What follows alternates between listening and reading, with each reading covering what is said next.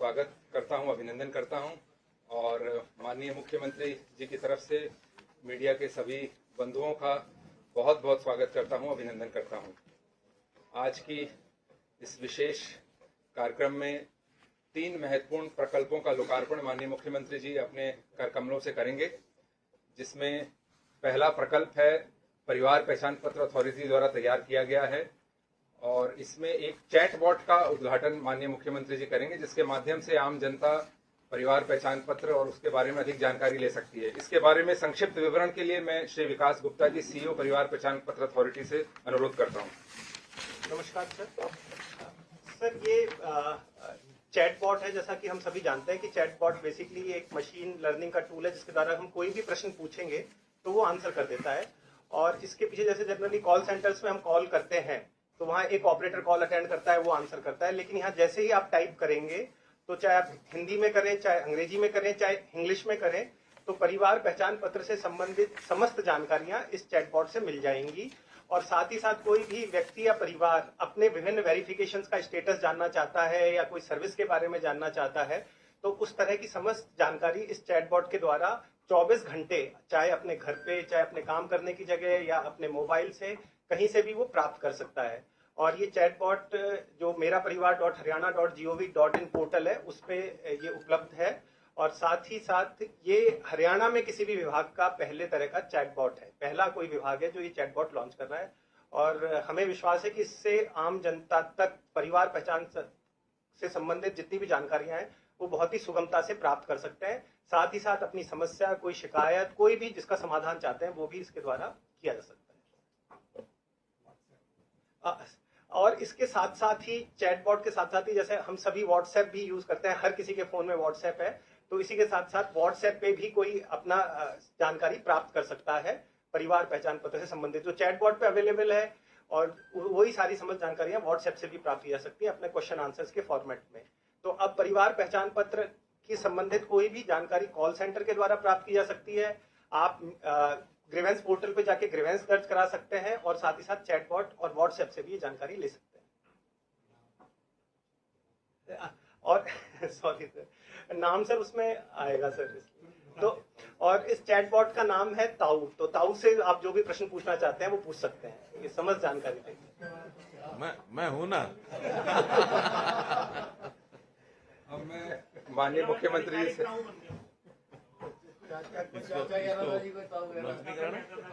अब मैं माननीय मुख्यमंत्री से अनुरोध करूंगा कि माउस का बटन दबाकर ताऊ नामक चैटबॉट का लोकार्पण करें।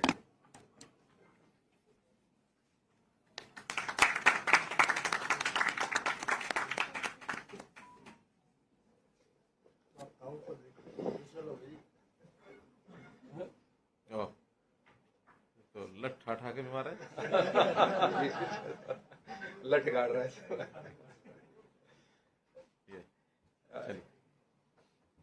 इसी कड़ी में हरियाणा परिवार पहचान पत्र अथॉरिटी और सेवा विभाग द्वारा हाल में ही ऑटोमेटिक बुढ़ापा पेंशन शुरू करी गई थी, जिसमें अगर कोई भी एलिजिबल व्यक्ति है जिसकी 60 साल की उम्र हो जाती है और उसका इनकम लिमिट में वो परिवार आता है, तो उसकी प्रोएक्टिव पेंशन बनाई जाती है। तो उसी कड़ी में आज दिव्यांग प्रोएक्टिव पेंशन का लोकार्पण माननीय मुख्यमंत्री जी करेंगे।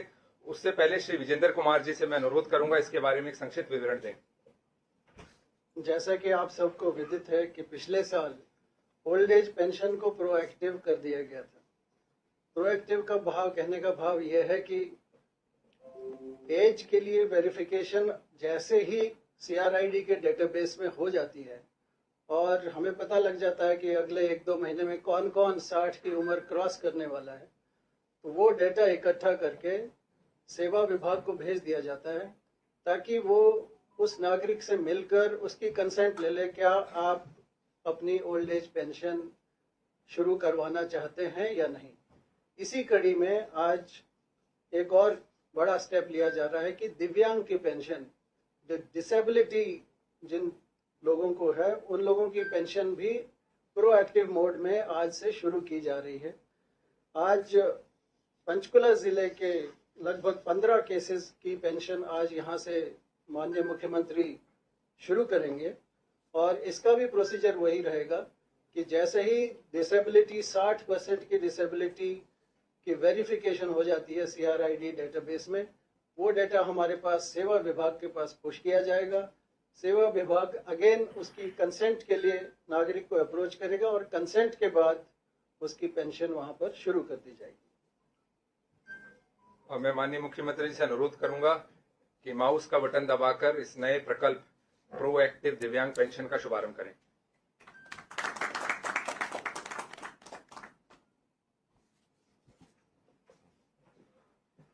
आज की इस कड़ी में आखिरी किंतु मेरा मानना है सबसे महत्वपूर्ण, जैसा कि आप लोगों ने अनुभव किया होगा, अब तक हरियाणा में PWD रेस्ट हाउस जो बुक हुआ करते थे सब सिफारिश से, मैनुअल तरीके से, नाना प्रकार से लोग बुक कराते हैं और उसका कोई सिस्टम नहीं बन पाया था। तो उसका संज्ञान लेते हुए माननीय मुख्यमंत्री जी ने निर्देश दिया था कि इसका भी एक सिस्टम बनाया जाए और उस कड़ी में एक नया पोर्टल विभाग द्वारा तैयार किया गया है, PWD विभाग द्वारा, जिसमें हरियाणा के समस्त PWD rest house including Haryana भवन में दिल्ली के, उसका एक पोर्टल बनाया गया जिसके माध्यम से सभी उन कमरों की बुकिंग की जा सकेगी और इसमें जो आम जनता है वो भी इसमें बुक अपना कमरा करा सकते हैं फीस देकर। और इसके अलावा बाकी भी जो एंटाइटल्ड लोग हैं, चाहे ऑफिसर्स हों चाहे विधायक गण हों, वो भी इसमें बुक करा सकते हैं। ऑटोमेटिक ट्रांसपेरेंट सिस्टम से इसमें बुकिंग संभव हो पाएगी। तो अब मैं माननीय मुख्यमंत्री से अनुरोध करूंगा कि माउस दबाकर इस पोर्टल का भी उद्घाटन करें।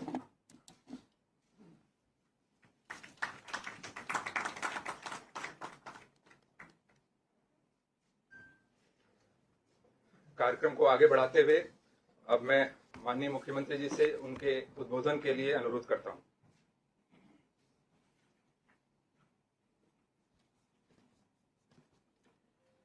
मित्रों, जैसा हमको जानकारी है कि हमारा हमेशा ही फोकस रहा है कि गुड गवर्नेंस, सुशासन, इसके आधार पर चीज़ों को आगे बढ़ाया जाए।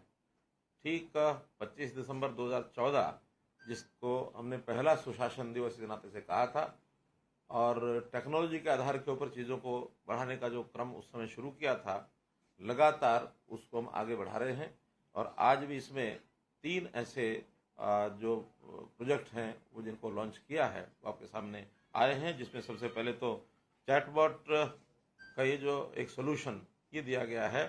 और हमको जैसे पता है कि परिवार पहचान पत्र भी अपने आप में एक यूनिक ऐसी एक चीज़ जो हमने तैयार की है, जिसका लाभ प्रदेश के लगभग 72 लाख परिवारों को उसका लाभ मिलेगा। अब इतना बड़ा प्रोजेक्ट स्वाभाविक है कि उसके अंदर प्रारंभिक कुछ जिसको कहना चाहिए कि एक निटिग्रिटीज ऐसी होती हैं, जो कुछ ऐसी समस्याएं आती हैं, उनको हमने लगातार ठीक किया है। चाहे उसमें राशन कार्ड की बात हो, चाहे पेंशन की बात हो, चाहे चराई योजना की हो, इनकम की हो, वो पर्याप्त संख्या में हमने ठीक किया है। क्योंकि अभी एक ऐसा फ्रेंडली एक पोर्टल बनना चाहिए जिससे किसी भी आदमी को कोई भी जानकारी अपनी लेनी है तो कहीं भी वो ले सकता है अपने मोबाइल से उसको खोल करके। और चैटबॉट का जैसे एक सिस्टम होता है, इसमें आर्टिफिशियल इंटेलिजेंस और मशीन लर्निंग, नेचुरल लैंग्वेज, ये जो सारे सिस्टम होते हैं ताकि हमारे बोलने से ही और वो उसकी आवाज़ को पहचान ले और पहचानने के बाद उसका उत्तर वहाँ से मिले। उत्तर भी देंगे ताऊ जी, तो उत्तर जो है हमको मिले। अब इसमें एकदम ये तो नहीं कहा जा सकता कि इसमें कोई गलती नहीं होगी, क्योंकि धीरे धीरे उस सिस्टम को अडेप्टिव होना पड़ता है। जिस आदमी को बोलना है उसकी भाषा, उसकी लैंग्वेज उसको, और ये सामान्यतः एक बार जो व्यक्ति अपना चैटबॉक्स बॉक्स खोलेगा और वही व्यक्ति बार बार पूछेगा तो उसके उत्तर ठीक आएंगे। लेकिन अगर एक ही चैट बॉक्स को मुझे लगता है अगर अलग अलग व्यक्ति जाके पूछेंगे तो लैंग्वेज की प्रॉब्लम कई बार आती है। अब ये प्रारंभिक चरण हैं, जो भी चीज़ें इसमें होंगी हमारे टेक्निकल लोग इस पर लगातार नज़र रखेंगे। लेकिन अच्छा फ्रेंडली एक विषय, जहाँ भी कई आदमी होता है अपने मोबाइल को साथ लेके रखता है, चाहे वो खेत में जाए, ऑफिस में जाए, घर में बैठे पढ़ने जाए, सैर करते हुए भी अपनी जानकारियाँ ले सकता है। चैट बॉक्स का एक ही इस प्रकार से एक हमने सोल्यूशन दिया है और मैं समझता हूँ जनता को बहुत इसका लाभ होगा। और जितने उसके प्रश्न होंगे, चाहे उसके जाति के हैं, आय के हैं, व्यवसाय के हैं, जन्मतिथि के हैं, ये सब जो उसको चाहे उसका फिर आय के साथ उसका सार्वजनिक वितरण प्रणाली यानी राशन कार्ड हो, फिर उसकी चाहे जो भी कोई प्रश्न है, वो सारा जो सूचना डाटाबेस हमारे पास जो कोष बना है, उस कोष में से उसको ये उत्तर त्वरित और सटीक रूप से ये सब मिलेगा। दूसरा जो हमने प्रोएक्टिव एक पोर्टल बनाया है वो दिव्यांग सेवा, दिव्यांग की पेंशन, ये सेवा। और इस सेवा में अभी तक दिव्यांग को पेंशन बनाने में काफ़ी कठिनाई आती थी। आयु के हिसाब से तो 60 वर्ष की आयु एक गणना के हिसाब से ऑटोमेटिकली व्यक्ति की गणना हो जाती है, लेकिन इसमें शर्त है कि 60% उसका दिव्यांग का सर्टिफिकेट होना चाहिए। जैसे ही 60% दिव्यांगता का सर्टिफिकेट डॉक्टर से वो प्राप्त करेगा, उसको अपलोड करेगा, अपलोड करते ही प्रोएक्टिवली उसकी पेंशन जो है वो घर बैठे बनेगी, इसमें कहीं किसी प्रकार की कठिनाई नहीं आएगी। और जो तीसरा एक पोर्टल है वो हमारे यानी जो जितने भी रेस्ट हाउसेज हैं, चाहे वो दिल्ली का हरियाणा भवन है, चाहे फिर हमारा गुड़गांव का पीडब्ल्यूडी रेस्ट हाउस है, या पंचकुला का पीडब्ल्यूडी रेस्ट हाउस है, और जितने हरियाणा के लगभग ये 45 के आसपास रेस्ट हाउसेज हैं। इसमें शिमला का बेनमोर भी है, मसूरी का रेस्ट हाउस वो भी इसमें जोड़ा है, मेरे ख्याल प्रदेश के बाहर के तो 2 ही है इसमें। तो उन सबको जोड़ करके और जो भी व्यक्ति बुकिंग करना चाहता है उसमें एंटाइटल, जिनकी एंटाइटलमेंट है, अधिकारी हैं या राजनीतिक जो लोग हैं, विधायक, सांसद, पूर्व विधायक, पूर्व सांसद, वो सब कर ही सकते हैं, अधिकारी भी कर सकते हैं। इसमें पत्रकारों को भी जिनको उसकी एंटाइटलमेंट होगी वो भी उसमें अपनी बुकिंग हिसाब से कर सकेंगे। बुकिंग प्राइवेट लोग भी कर सकेंगे, लेकिन उसका एक सिस्टम बनाया है कि 15 दिन पहले उसके लिए प्राइवेट बुकिंग के लिए जो कमरे निर्धारित किए गए हैं उतने वो कर सकते हैं। 7 दिन, 15 दिन से 7 दिन जब रह जाएंगे तो उन कमरों की संख्या और बढ़ा दी जाएगी। यदि वो आधे कमरे उनके लिए हैं, आधे कमरे जो एंटाइटल्ड लोग हैं उनके लिए। लेकिन एंटाइटल्ड लोग अगर बुकिंग नहीं कर पाते हैं, फिर भी कमरे बचते हैं, तो और कमरे फिर 7 दिन तक उसको 75% कमरे बुकिंग करने का भी एक सिस्टम बनाया है। हरियाणा निवास में, क्योंकि हरियाणा भवन में 20 कमरे ऐसे आखिर तक अब निश्चित करके रखेंगे, क्योंकि वहाँ सामान्य अधिकारियों को अपनी मीटिंग्स होती हैं, विधायक हैं, मंत्री हैं, उनको जाना होता है, तो 20 कमरे आखिर तक उनके लिए उपलब्ध रहेंगे कि वो जाकर के कर सके।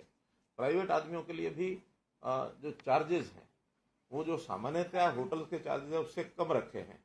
सबसे ज़्यादा इसमें दिल्ली के हरियाणा भवन के 2000 रुपया रखा है, गुरुग्राम का 1000 रुपया रखा है, गुरुग्राम का 1500 रुपया है, पंचकुला का 1000 रुपया है, और ऐसे ही बेनमोर और मसूरी उसमें जो वीआईपी सूट भी एक वहाँ है, तो वीआईपी सूट भी बुकिंग करा सकेंगे। बाकी जगह पर वीआईपी सूट नहीं करा पाएंगे, लेकिन वहाँ वीआईपी सूट, क्योंकि हमारे में से कोई जाना बहुत किसी का होता भी नहीं है, उसको भी कोई कराना चाहता तो 3000 रुपये पर डे के हिसाब से उसको वीआईपी करा सकते हैं। और सामान्य कमरे जो हैं वो 2000 जैसा दिल्ली का रेट है, वो उनके लिए 2000 रुपये रहेगा।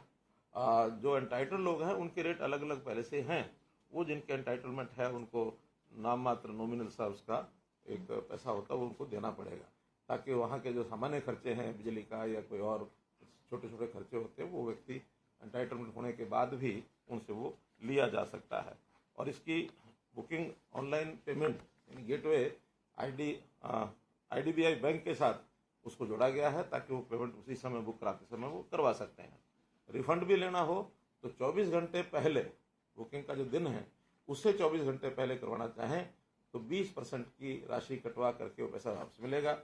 लेकिन अगर केवल विदिन 24 घंटे आखिर में, उसमें कोई राशि रिफंड नहीं होगी। इस प्रकार के ये कुल मिलाकर एक फैसिलिटी दी गई है और प्रारंभ किया है। हो सकता है कि हमें महीना 2 महीने बाद इसमें से कुछ कठिनाइयाँ ध्यान में आएंगी, तो फिर हम सभी जो जनप्रतिनिधि अथवा अधिकारी बैठ करके विचार करेंगे, कुछ चेंजेस करनी होगी तो उस चेंजेस को भी हम कर सकेंगे। ये भी एक विषय आपके ध्यान में इसको लाना था। तो मोटे रूप से आज जो ये 3 पोर्टल बनाए गए हैं, जो लॉन्च किए गए हैं, इन तीनों का एक लाभ अपने को मिलेगा। परिवार पहचान पत्र की जो बात है उसमें निश्चित रूप से एक बात यहाँ जरूर जोड़ना चाहूँगा। हमने इसको परिवार पहचान पत्र कहा तो हमारे विपक्ष के मित्रों ने कहा कि ये परिवार परेशान पत्र है। वास्तव में ये उनके लिए तो परेशान पत्र इसलिए है कि अब उनके परिवार के पास काम ही नहीं बचा है कोई, क्योंकि काम तो सब ऑनलाइन होने लग गए, पोर्टल पर होने लग गए, तो परेशान है कि अब काम करें क्या। जितने काम हमने कर दिए हैं पिछले 8-9 साल के अंदर, अब समस्या ये है कि उनको उसका कुछ सूझता नहीं है कि जनता को इतने लाभ मिल रहे हैं, तो हम जनता को किस तरीके से कोशिश करते हैं, तरह तरह से कुछ ना कुछ बहकाना, भड़काना और उनको उकसाना, ये सब करते हैं, लेकिन वो इससे परेशान बहुत हैं। हम जहाँ तक कहते हैं कि ये एक ऐसा सिस्टम है जिससे सुनिश्चितता हो गई है आम नागरिक को, खास करके गरीब नागरिक को। तो हम इसका नाम अगर दूसरा नाम देते हैं तो वो है protection of poor people, permanent protection of poor people. तो ये है परिवार पहचान पत्र का असली अगर अर्थ लेना चाहेंगे तो हमको ये बताएंगे। तो इसलिए ये परेशानियां उनको आती हैं, पोर्टल से बहुत परेशानियां हैं। वो हर बार कहते हैं कि हर चीज़ पोर्टल पोर्टल, और पोर्टल की स्थिति ये है कि उनको अगर पूछा जाए कि कोई एक पोर्टल आपने जनता हित में कभी खोला है क्या, तो मैं देख रहा था कि ग्राम दर्शन पोर्टल जिसकी जो एक्सेस है हमने सभी विधायकों को दी है। तो किसी विधायक ने 50 बार, किसी ने 60 बार, किसी ने 100 बार ऐसे खोले हुए हैं। और हमारे नेता प्रतिपक्ष भूपेंद्र सिंह हुड्डा ने उस पोर्टल को पिछले 3 साल में मात्र 2 बार खोला है। तो जो अपनी जनता की डिमांड्स को उसमें रिकमेंड करने के लिए इतने लापरवाह हैं, तो उनको पोर्टल से तो परेशानी होनी ही होनी है। इसलिए इस पोर्टल के माध्यम से जनता तक सीधे कैसे हम पहुँचे हैं, चाहे वो ग्राम दर्शन है, चाहे वो नगर दर्शन है, चाहे वो सीएम विंडो है, और अब हमने एक जन संवाद पोर्टल और जो बनाया है, कुछ दिन पहले उसको लॉन्च किया था, कि जो जनता से आई हुई जितनी भी डिमांड्स हैं, शिकायतें हैं, उन सब को डिप्टी कमिश्नर लेवल पर अथवा मंत्रियों के, मुख्यमंत्री के ऑफिस से अथवा अधिकारियों के ऑफिस से उसमें अपलोड करेंगे। अपलोड करने के बाद मार्क हो जाएगा संबंधित विभाग और उस अधिकारी को, और उस संबंधित अधिकारी और विभाग के जाने के बाद उसका जो निदान है वो उन्हीं को करना है। एक सेटअप सारे अपने सिस्टम में हर एक विभाग को ये बनाना होगा कि वहाँ हर चीज़ का, हर ऑफिस में नोडल अधिकारी इन सब पोर्टल्स को अध्ययन करने के लिए, खोलने के लिए और उसको फिर काम करने के लिए। क्योंकि उसकी एजिंग, उसकी जो काम न करने की जो आदत है, ये जो फाइल चलती रहती है, महीनों महीने लटकती रहती है, अब इसमें एनालिसिस हो जाएगा कि कौन सा काम कब उनको मिला और उसके ऊपर उन्होंने कब क्या किया। आखिर एक निश्चित समय में उसके ऊपर काम नहीं करते हैं तो they will take to task. आखिर अधिकारी और कर्मचारी, किसी की मजबूरी हो तो बताएगा मेरी ये मजबूरी है, मैं इस पर काम नहीं कर सकता, तो उसका रिप्लेसमेंट भी होगा। लेकिन हर चीज़ ऑनलाइन है तो उसको उसका काम करके और up to the satisfaction of the last person जिसने वो ग्रीवेंसेस डाली हैं उसमें, उस तक सेटिस्फेक्शन हो। हाँ, काम करने का अगर लगता है कि काम हो ही नहीं सकता, ये भी जानकारी उस व्यक्ति को मिलनी चाहिए। कई बार कोर्ट केस होते हैं, कई बार विवाद कोई ऐसा होता है कि जिसके अंदर उसका अधिकार बनता ही नहीं है, तो ये जो सारी प्रक्रिया में से एक फाइनल उत्तर उसको मिलना चाहिए। हालांकि इन सारी चीज़ों में हमारे और भी कई सिस्टम पहले लागू हो चुके हैं। जैसे कुछ विभागों में सेवाएं राइट टू सर्विस के अंतर्गत उसके दिन निश्चित है, तो निश्चित दिनों में उनको सर्विस देनी होती है। अगर वो निश्चित दिन में नहीं देंगे तो ऑटो अपील सिस्टम के माध्यम से जो फर्स्ट अपेलेंट अथॉरिटी है उसको जाएगा। 30 दिन वो भी नहीं करता तो अगले नेक्स्ट सेकंड अपेलेंट अथॉरिटी को जाएगा। 30 दिन वो भी नहीं करते हैं तो राइट टू सर्विस कमीशन के पास चला जाएगा, और कमीशन उसमें संबंधित अधिकारी के खिलाफ कोई जो उनको उचित लगता है उसके खिलाफ कार्रवाई भी वो करते हैं। ये अच्छी बात है कि 7 लाख के लगभग फर्स्ट अपेलेंट अथॉरिटी को जो अपील्स गई वो कमीशन पर जाते जाते शायद 2,500 या 3,000 रह गई, बाकी फर्स्ट अपेलेंट में और सेकंड अपेलेंट में ये सब वहीं कंप्लीट होकर लोगों को लाभ इसका मिला है। तो अब अपने आप government at the door step कि जो बिल्कुल घर के द्वार के ऊपर सरकार पहुंच करके कोई काम कर सकती है, तो इस नाते से ये सारे काम हमने किए हैं। थोड़ा अंतर है नहीं, अंतर ओवरलैपिंग नहीं, प्लेटफॉर्म एक ही होगा, काम उसी प्रकार होंगे। लेकिन सीएम विंडो पर तो आदमी किसी भी जगह पर जाकर के अपनी शिकायत जाकर दे सकता है, वो अपलोड कर सकता है। लेकिन ये जन संवाद वाली ये किसी यानी मुख्यमंत्री के पास आते हैं, मंत्री के पास आते हैं या डीसी के ऑफिस में पहुंचते हैं, जो प्रत्यक्ष अपनी एप्लीकेशन वहां शिकायत के रूप में देते हैं, तो वहां से वो अपलोड होगी। आखिर में जाकर के डिपार्टमेंट में जो पहुंचेंगी तो चाहे उधर से आए चाहे इधर से आए, एक ही जगह पहुंचेगी, एक ही प्रकार का सोल्यूशन उसका मॉड्यूल ये बनाया गया है। और उस सारे का एनालिसिस हमने जो सीएम डैशबोर्ड बनाया है, उस सीएम डैशबोर्ड के पास प्रतिदिन उसका एनालिसिस होगा कि किस विभाग की कितनी पेंडिंग जो सॉल्यूशंस या पेंडिंग एप्लीकेशन रह गए हैं जिस पर काम नहीं हुआ, और उसमें भी एज वाइज तो कौन सी ऐसी हैं जो 3 महीने पहले की अभी सॉल्व नहीं हुई, कौन सी 2 महीने पहले की, कौन सी महीना पहले की, और उसमें भी कौन कौन सी समस्याओं पर कितना समय लगता है, इस पर अलग अलग कारण जो होते हैं उसके हिसाब से उनको उसका जो लिया जाएगा। इसके साथ एक विषय और जो है वो आप निश्चित रूप से चिंतित होंगे ही, वो है कोविड-19 जो महामारी है दोबारा से, और ये थोड़ा पहले लगी है। अब इसमें पिछले 1 सप्ताह में महामारी के लगभग 600 मामले ऐसे आए हैं हर सप्ताह यानी 500, 600, 700 ऑन एवरेज 90-100 मामले रोजाना आते हैं। लेकिन इसके लिए हमारी सारी तैयारी है और इसका जो रिकवरी रेट है बहुत फास्ट है, अच्छा है। 99% अब रिकवरी रेट हमारा उसमें हो चुका है। कुछ एक केसेज बहुत नाम मात्र के कि जो अभी थोड़ा लंबे समय तक उनकी रिकवरी नहीं होती है, तो इसके लिए हमारा जो डिपार्टमेंट है वो सब अच्छे प्रकार से तैयार है।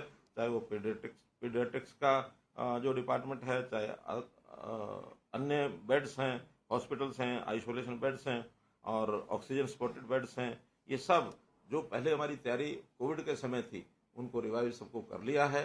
बीच में चूंकि एक काल ऐसा आया था जब इनकी आवश्यकता नहीं पड़ी थी, तो थोड़ा जो ढिलाई आई थी उस ढिलाई को हमारे हेल्थ डिपार्टमेंट ने और बाकी भागों ने उसको सबको पूरा कर लिया है। इसमें चाहे वो वेंटिलेटर्स हों, PSAs हों, ऑक्सीजन कंसंट्रेटर्स हों, BI पैप, फिर हाई फ्लो नेजल कैनुला, जो भी उनके इंस्ट्रूमेंट्स हैं वो सारे बताए गए हैं। अब नहीं, वो तो वैक्सीनेशन का तो लगातार हमने 2 राउंड पूरे कर लिए थे। तीसरे राउंड में जिन लोगों को अलग से उसका क्या प्रिकॉशनरी बूस्टर डोज वो छूट दी थी, भी वो जिनको लगाना वो लगवा लें और बड़े। चलिए हेल्थ के डिपार्टमेंट से जरा, है ना, तो वो देखेंगे। तो फिर भी हम अलर्ट भी हैं और कहीं कोई इस प्रकार का भी वैसा कोई चिंता करने का विषय ज़्यादा नहीं है, कोई पैनिक होने की जरूरत नहीं है। और ये ग्लोबली ये जो एक नॉर्मल बीमारी की तरह चीज़ें चल रही हैं वैसे ये भी चल रही है। तो प्रश्न बाद में करेंगे जरा विषय तो। ऐसे ही एक विषय जो करंट है वो है फसल खराबे का। अब चूंकि ये कोई पूर्व में इसकी जानकारी भी नहीं होती और ये कोई किसी व्यक्ति के हाथ में भी नहीं है। एक नेचुरल एक जिस प्रकार का संकट आता है, कब वर्षा आ जाए, कब इसमें कोई मौसम खराब हो जाए, और इस बार तो मौसम का इस प्रकार की स्थिति बनी रही कि फसल पकने के बाद कटाई शुरू हो गई फसल की, और मार्च के बाद फिर अप्रैल में अभी 2 दिन भी पिछले वर्षा के निकले हैं।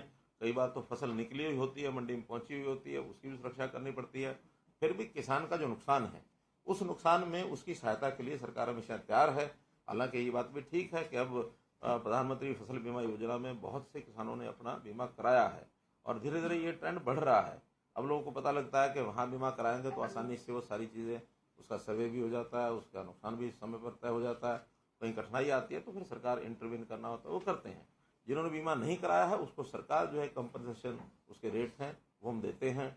अब चूँकि देरी से हुआ है तो इसमें असेसमेंट में थोड़ी कठिनाई आई है, फिर भी स्पेशल गिरदावरी का काम उसको हमने 30 अप्रैल तक 30 अप्रैल तक का टाइम दिया है कि उसका सारी की गिरदावरी, क्योंकि गिरदावरी 30 अप्रैल तक फसल तो कट चुकी है, लेकिन उसमें सैंपल बेसिस लेकर के और उसका एनालिसिस करना और वो एनालिसिस करके कितना खराबा हुआ है तो 30 अप्रैल तक असेसमेंट पूरी करके तब तक फसलें काफ़ी मंडी में भी आ चुकी होंगी, तो मंडी की प्रोक्योरमेंट के हिसाब से भी उसको एक तुलनात्मक अध्ययन किया जाएगा।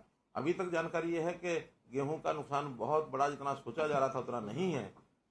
10%, 15%, 20%, मोटे तौर पर काफ़ी जिलों में इतना ही है। 25% तक तो कंपनसेशन जो है वो किसान को ही हम कहते हैं वो अपना उसमें यानी क्लेम की अपेक्षा न करे। 25% से ऊपर होता है तो फिर क्लेम उसको दिया जाता है। जो भी क्लेम बनेगा वो मई के आखिर में, अब इसके आंकड़े नहीं है तो ठीक से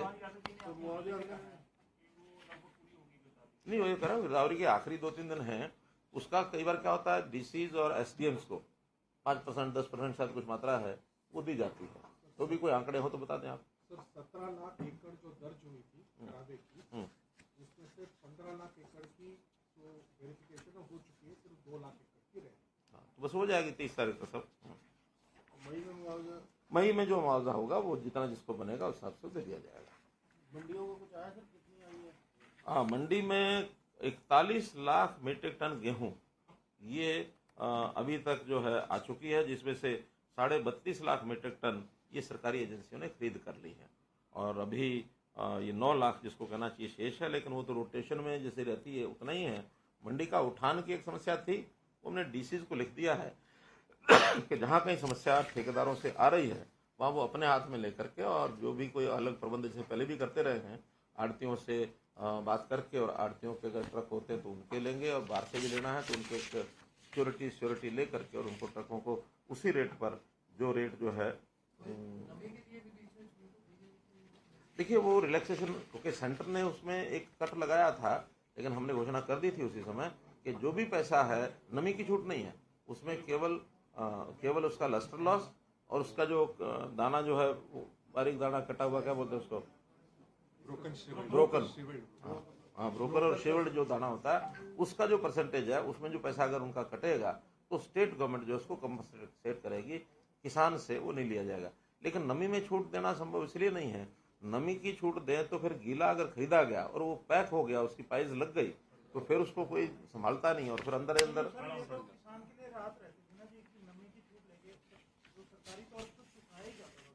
क्या होता है कि इसकी शिकायतें बहुत आती हैं। हम यही कहते हैं कि आप क्योंकि नहीं अपने आप भी वो करके लाए, और नहीं है तो वहाँ जब धूप निकलती है उसको सुखाएंगे, सुखा करके नमी।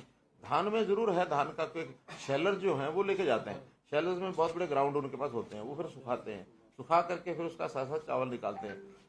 धान जो है इतने लंबे समय तक स्टॉकिंग भी नहीं होती, ये स्टैकिंग जो है गेहूं की होती है, कभी कभी तो 2-2 साल 3-3 साल नहीं उठ पाता है। हालांकि अभी जो लस्टर लॉस वाला या ब्रोकन शेवल्ड ये है, ये प्रायोरिटी पर पहले यानी लिफो सिस्टम से उठाया जाएगा, बाकी नॉर्मली फिफो सिस्टम से उठाते हैं, फर्स्ट इन फर्स्ट आउट, ये LIFO last in first out, ताकि दाना बाद में ज़्यादा खराब ना हो, तो अब लास्ट वाला ही सबसे पहले उठाया जाएगा, तो इसलिए उसका ध्यान रखा जाता है। पिछले साल के बराबर ही आ रही है लोगों, हाँ, कोई कमी नहीं है, उन्हें कुल मिलाकर के जो लॉस सोचा जा रहा था वैसा नहीं है। तो लॉस मैंने जैसे बताया 10% 15% का ही लॉस है, और हमें लगता है कि ये 60 लाख मीट्रिक टन उसके बराबर तक पहुंचेगा, उसे कम नहीं रहेगा। सरसों भी 2,12,000 मीट्रिक टन सरसों ये प्रोक्योर हो चुकी है। इसमें प्राइवेट एजेंसियों ने भी कुछ खरीदी है, फेड ने भी खरीदी है, क्योंकि जब रेट जो है MSP से ऊपर बिकती है तो प्राइवेट लोग भी इसमें खरीदते हैं। हालांकि इस बार अपेक्षा तो ज़्यादा थी कि बहुत ज़्यादा प्राइवेट में ही जाएगी सरकार को, जैसे पिछले साल नहीं मिल पाई, लेकिन वर्षा के कारण से, कुछ खराब होने के कारण से, तो प्रायोरिटी जो है वो किसानों की जब ज़्यादा बिकती है तो जाएगी, और कम बिकती है वो भी ठीक जो किस्म की है, जो पैरामीटर सरकार के हैं उस नाते से फिर सरकार खरीदती है। फेड के नाते अगर बहुत कहीं खराब है वो कम रेट पर जाती है, तो वो भी प्राइवेट में ही।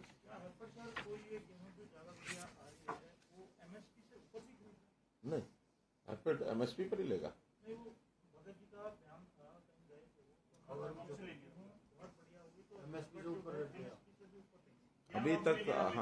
अभी तक ऐसा नहीं है कहीं उन्होंने उत्साह में उन्होंने कहा हो या किसी और ने लगा दिया हो। उन्हें कई बार उत्साह जो है वो दूसरे लोग भी कर देते हैं, जो जिम्मेदार आदमी ना भी करे तो उत्साह दिखाने वाले लोग तो बहुत लगा देते हैं। हाँ, जो बयान वापस हो गया तो फिर उत्साह हो ना हो कोई खास बात नहीं है। एक चीज जो लगातार हमारे मित्र समय समय पर कहते हैं, हालांकि बहुत चीजों में दम नहीं है, लेकिन कुछ बातें जो हमको स्पष्ट करनी जरूरी होती हैं तो उसकी जानकारी हमको देनी होती है। जैसे ये सरकारी नौकरियों का विषय आता है, सरकारी नौकरियों में अभी तक आंकड़े सब आपके सामने भी हम बार बार बताते हैं, फिर बता रहा हूँ कि उन्होंने 10 साल के कार्यकाल में सरकारी नौकरियां कुल 80,000 के आसपास दी थी, 80,000 81,000 10 साल में पूरे। हमने अभी तक 8.5 साल में 1,02,000 नौकरियां हम दे चुके हैं, और विद इन नेक्स्ट 6 मंथ्स, जिसमें ग्रुप सी की और ग्रुप डी की ये, और उसके अलावा जो अध्यापक हैं PGT वगैरह, और पुलिस के भी 5,000 उसमें, तो सब मिला करके 60,000 के आसपास नौकरियां और हम 6 महीने में दे देंगे, यानी 9 साल में हो जाएंगी। इनकी 80 जो है वो 10 साल की हैं, तो डबल संख्या हमारे 9 साल में हो जाएगी। 10वां साल जब शुरू होगा उसका जो अलग से आवश्यकता होगी वो हम करेंगे। तो एक आंकड़ा ही आपको मैं इसको अभी मैं कह नहीं सकता, क्योंकि लास्ट ईयर में कितनी रिक्वेशन आती है वो तो डिपार्टमेंट्स के ऊपर निर्भर करता है कितनी वो देते हैं। हाँ, लेकिन HKRM की सब जोड़ लेंगे तो ये 2 लाख से ऊपर हो जाएगी, क्योंकि HKRM की भर्ती को हम उस प्रकार की भर्ती नहीं मानते, वो आवश्यकता के हिसाब से जितने समय की डिमांड होती है उतने समय के लिए ही उनको लगाया जाता है। और एक चीज और जो आपके सामने उल्लेख करूंगा कि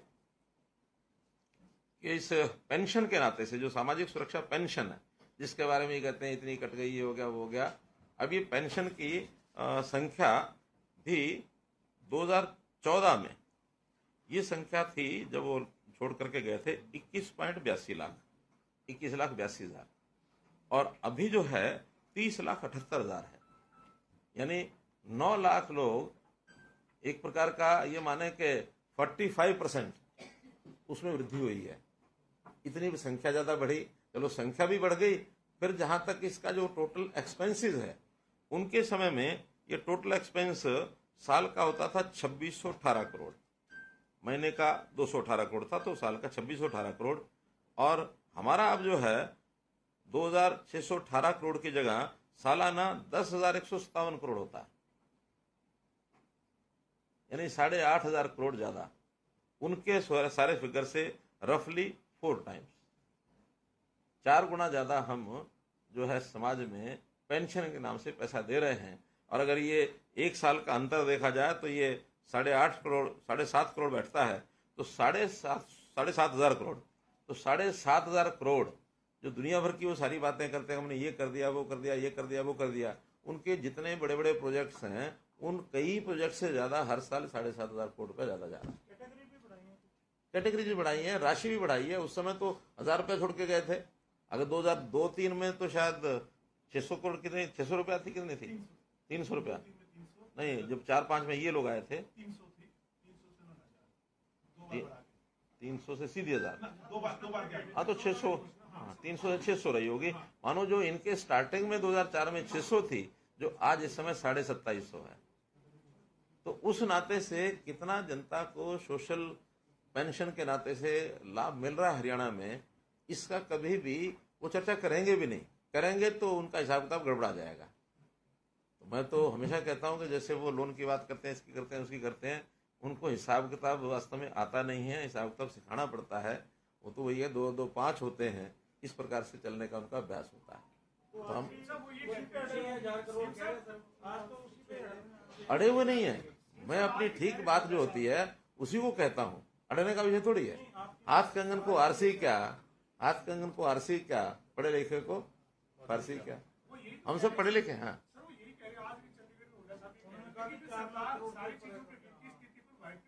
क्यों व्हाइट पेपर लाए? व्हाइट पेपर तो तब लाया जाता है जब कोई हमें लगता हो कि इसमें कोई गड़बड़ है, कोई और बात हो। हमें गड़बड़ है, जिस किसी को गड़बड़ लगती है तब वो व्हाइट पेपर लाता सरकार में। हमारे पास, हम उनके समय हम व्हाइट पेपर लाए थे 2015 में, उसको आप पढ़ के देखेंगे तो उनके जो सारे क्लेम थे उसमें कितने विपरीत बातें निकली थी, आज भी लिखित है, आज भी वो रिकॉर्ड पर है। आप रिकॉर्ड पर लाएंगे तो व्हाइट पेपर तब लाया जाता है जब किसी की बात को लगता हो कि उसकी गलत सिद्ध करनी, हमारी गलत है ही नहीं है, तो हमको अपनी बात को गलत सिद्ध करने का कोई कारण भी नहीं है। जो हम कहते हैं वही है, यही हमारा व्हाइट पेपर है। हमारा बजट का जो डॉक्यूमेंट है वो हमारा व्हाइट पेपर है, अलग नहीं है कोई।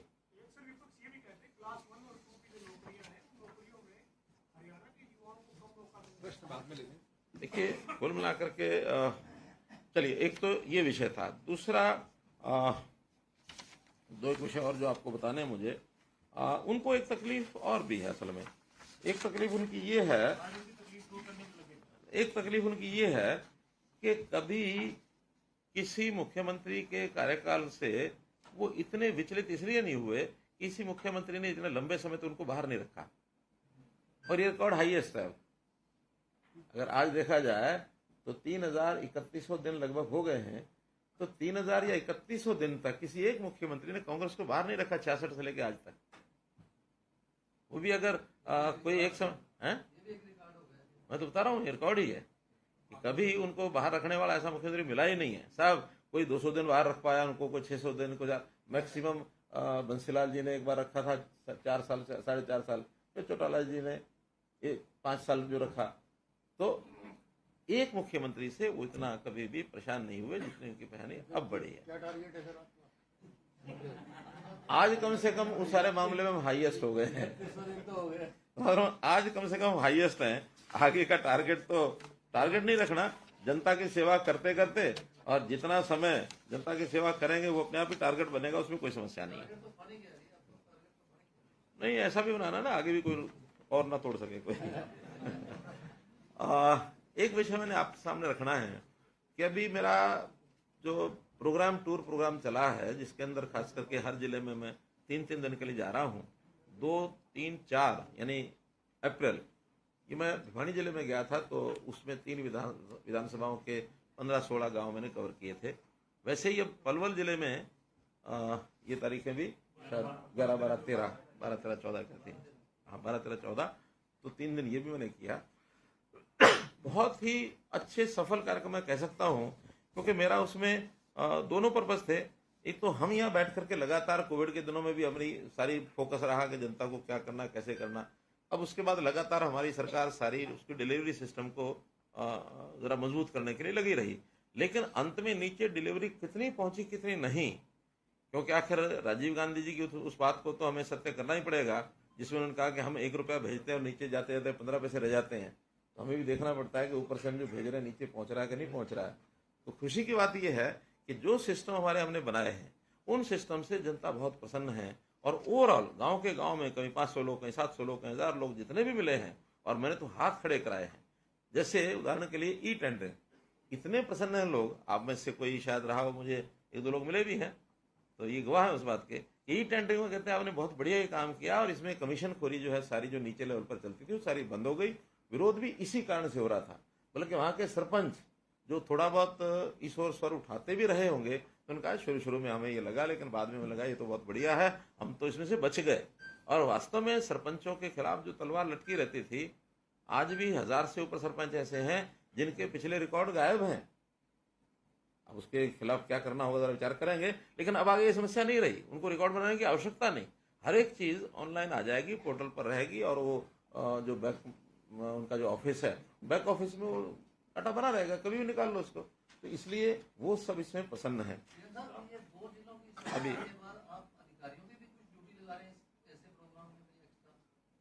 नहीं, एक्स्ट्रा नहीं, अधिकारियों को जितने काम वो तो है ही है। तो मैं और 1-2 चीजें आपको बताकर खत्म करता हूँ। ऐसे दूसरा विषय जो मैंने वहाँ नौकरियों का, यानी 8-10 साल पहले नौकरियों की क्या स्थिति थी और आज नौकरियां कैसे मिलती हैं, इतना अति उत्साह था लोगों में कि पहले बंडल के बंडल, ढेर के ढेर हमको पैसे इकट्ठे करने पड़ते थे, नौकरियां रेट था। एक व्यक्ति ने तो ये कहा कि आपकी सरकार के कारण से मेरा 25 लाख बच गया। मैं समझा नहीं कैसे बच गया 25 लाख। तो बात तो नौकरी की कर रहा था कि मेरा बेटा नौकरी लगा है, अगर यही कांग्रेस सरकार होती तो ये 25 लाख रुपए मिलती। मैंने कहा आपको कैसे पता? कर लेंगे, मैं पहले कांग्रेस में था। वो स्वयं कांग्रेस में था, आज चूंकि उसने आस्था जताई हमारे अंदर, आ भी गया, तो उन्होंने कहा कि वहां ये नौकरी 25 लाख से नीचे नहीं मिलती। अब ये भ्रष्टाचार के इतने नंगे नाच सारे के सारे सामने आ रहे हैं, और जनता इन चीजों से बहुत प्रसन्न है। इसलिए बहुत से उदाहरण ऐसे हैं, और हमने काम भी जो है लगातार जो वहां किए हैं, दोनों दौरों में मैंने कुछ घोषणाएं भी की हैं। जैसे पलवल में लगभग 300-325 करोड़ की घोषणाएं वहीं सारे उन गांवों से संबंधित, और एक रेन्यूअल का प्रोजेक्ट है, वो उन्हीं गांवों के अंदर आवश्यकता ज्यादा थी पलवल जिले में ही, उसकी मैंने घोषणा की। 200 करोड़ रुपए का तो अकेला वो प्रोजेक्ट है, बाकी कहीं 10 करोड़, कहीं 5 करोड़, ऐसे करके हर एक गांव में इन सब योजनाओं को जो तुरंत लागू करने की थी तुरंत लागू की है। जो उनकी डिमांड्स थी वो हम सब लेके आए हैं, उसकी फिजिबिलिटी 1 महीने के अंदर करके, और इन दोनों जिलों में अलग से बताएंगे कि हाँ इनके कितने प्रोजेक्ट हमने स्वीकार कर लिए हैं। क्योंकि डिमांड्स बहुत आती हैं, पहले डिमांड आई नहीं होती है, तो बाद में जब आती हैं उसको साथ लेके आते हैं। और ये सारे काम भी, एक भिवानी जिले में जो मैंने घोषणा की थी कि जितने भी महाग्राम हैं, इन महाग्राम में सब जगह एक ट्रैक्टर ये उपलब्ध कराएंगे स्वच्छता के लिए, ट्रैक्टर ट्रॉली, और उसके लिए एक आदमी जो पहले नौकरी है उसमें साथ में एक आदमी ट्रैक्टर को चलाने वाला भी साथ में रहेगा। और इसमें पंचायतों के साथ एक जो हमारा शेयरिंग बेसिस के ऊपर फंडिंग है वो करेंगे। 75% स्टेट करेगी और 25% उस पंचायत के पैसे में आएगा। लगभग 5 लाख से 8 लाख कोई भी ट्रैक्टर कौन सा लिया जाएगा वो देखेंगे, लेकिन इतना खर्च उसमें 5 से लेकर 8 लाख तक खर्च आएगा हर गांव के लिए। भिवानी जिले के लिए एक दुलेढ़ी गांव है, दुलेढ़ी गांव में दुलेढ़ी मॉडल ये स्वच्छता अभियान, क्योंकि प्रधानमंत्री जी ने स्वयं दुलेढ़ी गांव के नौजवानों की प्रशंसा की थी जो वहाँ स्वच्छता अभियान में लगे थे। तो उस गांव में मैं स्पेशल गया था। उस मॉडल को पूरे भिवानी जिले में छोटे बड़े सब गांव में किया जाएगा। अभी पलवल जिले में जो महाग्राम है, इन सब महाग्राम की फिरनी जो चारों तरफ गांव के रास्ता होता है, उसको जहां पहले बनी हुई है तो उसकी मुरम्मत की आवश्यकता वो करेंगे। कई जगह बीच बीच में हिस्से नहीं बने हुए, कोई कब्जे के कारण से, कुछ और कारण से, उनको पूरा कराएंगे। और जहां पूरी नहीं बनी है उन सबको पूरा नया बनाने का काम, और ये पंचायती राज के माध्यम से होगा। एक ये नई घोषणा वहां भी मैं करके आया हूँ। तो ऐसे अलग अलग जगह पर तालाबों की महाग्राम की हमारी पहले ही चल रही है, और पलवल जिले में तो मैं स्वयं कुछ तालाबों को देखने के लिए गया। कई जगह तो खुदाई चल रही है, जो उसका काम हो रहा है, बरसात से पहले कंप्लीट हो जाएगा। कुछ गांव में तो कंप्लीट होकर के पानी भरा भी जा चुका है, और अब साफ पानी, जो बिल्कुल पोल्यूटेड वाटर था, जहां ओवरफ्लो कर रहे थे, उसमें साफ पानी, और आज पशु भी वहां पानी पीते हैं। तो इस प्रकार के तालाबों की स्थिति वो जो है वो अच्छी बनी है। आप लोग पूछ रहे हैं कि अगला गांव कौन सा, अगला जिला कौन सा। तो मैंने तय किया है कि कुरुक्षेत्र जिला 1, 2, 3 मई 3 दिन के लिए ये कुरुक्षेत्र जिले का ये कार्यक्रम रहेगा।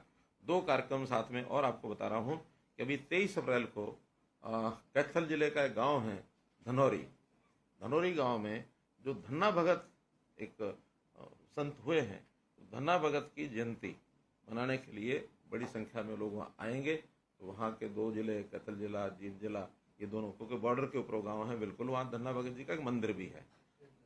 हाँ, तो स्टेट लेवल कह सकते हैं, या कंसर्ट मेनली तो 2 जिले कंसर्ट करेंगे, आसपास के जो लोग आएंगे, लेकिन धन्ना भक्ति जयंती उसमें मैं स्वयं जाऊंगा, और भी जितने संत हैं, बाकी पदाधिकारी, नेता सब आएंगे, तो एक कार्यक्रम करेंगे ऐसे। हाँ, उपराष्ट्रपति जी भी आएंगे। 23 अप्रैल को उपराष्ट्रपति जी का भी आगमन होगा। हमने निमंत्रण दिया था, वो बड़े सहर्ष उन्होंने स्वीकार किया कि धन्ना भगत की जयंती कभी किसी ने मनाई नहीं है, हरियाणा ने पहल की है। कुछ लोगों को तो तकलीफ भी बड़ी हो गई शुरू, हम तो कहीं और लगे रहते थे, ये कहीं और से कहाँ से निकाल के ले आए धन्ना भगत है।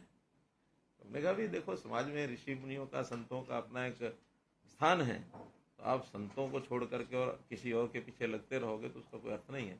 तो इसी प्रकार एक कार्यक्रम तय किया हमने आज ही, 4 मई को महंत गोरखनाथ, उनका एक कार्यक्रम किया जाएगा करनाल में। महंत गोरखनाथ 4 मई को, तो ये करनाल में कार्यक्रम होगा। आज ही समाज के लोग आए हुए थे, सबने उन्होंने बैठ के तय किया कि हम बड़ा कार्यक्रम करेंगे, क्योंकि गोरखनाथ जी का भी अपना एक बड़ा महत्व रहा है, और गोरखपुर उनकी एक प्रकार से पीठ है। हाँ, तो उसमें हमारे